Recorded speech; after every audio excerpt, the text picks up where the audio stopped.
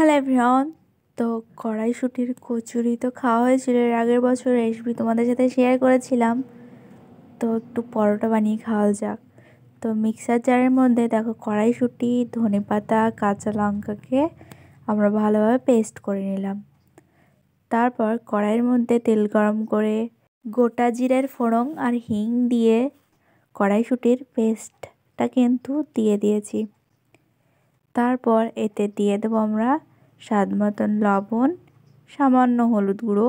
তোমরা চাইলে হলুদ গুঁড়োটা দিতেও পারো, আবার না দিতেও পারো।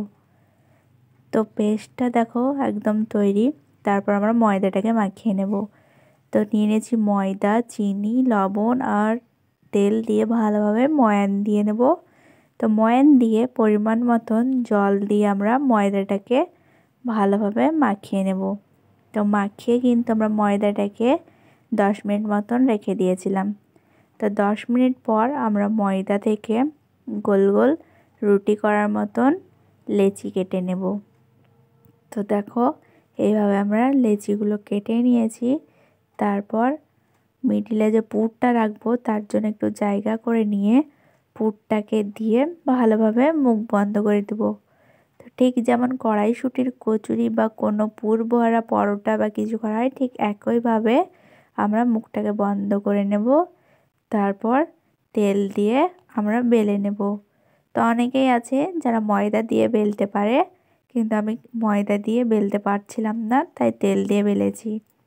তো বেশ রুটির মতন বড় করে বেলে নিয়ে কড়াইয়ের মধ্যে কিছুক্ষণ দুপাশ সেঁকে নেব। তো দুপাশকে কিছুক্ষণ সেঁকে নিয়ে সাদা তেল দিয়ে আবার দুপাশকে ভালোভাবে ভেজে নেব। আর পরোটাগুলো তোমরা দেখো সব পরোটাগুলো কিন্তু খুব ভালোভাবে ফুলছিল। তো ভিডিওটা ভালো লাগলে লাইক, কমেন্ট, শেয়ার করে চ্যানেলটাকে সাবস্ক্রাইব করতে ভুলো না। আর এই রেসিপিটা কিন্তু এর আগের বছর করেছিলাম। গ্যালারি খুঁজতে খুঁজতে দেখছি তো রেসিপিটা রয়ে গিয়েছে, পোস্ট করা হয়নি। তাই ভাবলাম যে এখন তো কড়াইশুঁটির সময় তোমাদের সাথে শেয়ার করে দিই, তোমরা একটু বানিয়ে খেতে পারবে। তো দেখো সব পরোটাগুলো কিন্তু ভালোভাবে ফুলেছিল। তো তোমাদের কড়াইশুঁটির পরোটা না কড়াইশুঁটির কচুরি খেতে ভালো লাগে আমাকে একটু কমেন্টে জানিও তো। আর আমার কিন্তু পার্সোনালি কড়াইশুঁটির কচুরিটাই বেশি ভালো লাগে। তো পরোটাটাও কিন্তু খুব ভালো লেগেছিল, আমি সস দিয়ে খেয়েছিলাম। তোমরা চাইলে তরকারি দিয়েও খেতে পারো। আর দেখো পরোটাটার মধ্যে পুরোটাই পুর ভরা ছিল আর অনেক নরম হয়েছিল। তো তোমরাও কিন্তু একবার রেসিপিটা ট্রাই করো।